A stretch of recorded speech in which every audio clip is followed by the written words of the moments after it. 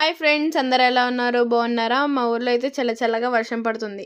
వెంటనే క్రిస్పీగా ఏమైనా తినాలనిపించింది. వెంటనే ఫ్రెంచ్ ఫ్రైస్ గుర్తుకొచ్చాయి. ఇంట్లో ఆలు ఉన్నాయో లేదో చూద్దాం. ఆలు అయితే ఉన్నాయి. మనం ఫ్రెంచ్ ఫ్రైస్ ఎలా చేసుకోవాలో చూసుకుందాం. ఆలుని సాల్ట్ వాటర్లో నానబెట్టుకొని నీట్గా పీల్ తీసుకొని మళ్ళీ వాటర్లో కడుక్కొని వాష్ చేసుకొని కట్ చేసుకోవాలి. ఆలుని నీట్గా స్లైసెస్గా కట్ చేసుకోవాలి. కట్ చేసుకున్న ఆలుని నీట్గా వాష్ చేసుకొని క్లాత్ మీద ఆరబెట్టాలి 2 minutes. ఒక బౌల్ తీసుకొని దాంట్లోకి వాటర్ వేసుకొని గ్యాస్ మీద పెట్టుకోవాలి.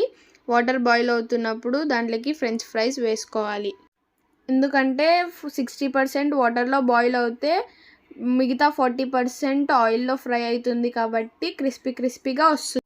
ఉడికిన ఆలుని మంచిగా ఇప్పుడు ఆయిల్లో డీప్ ఫ్రై చేసుకోవాలి.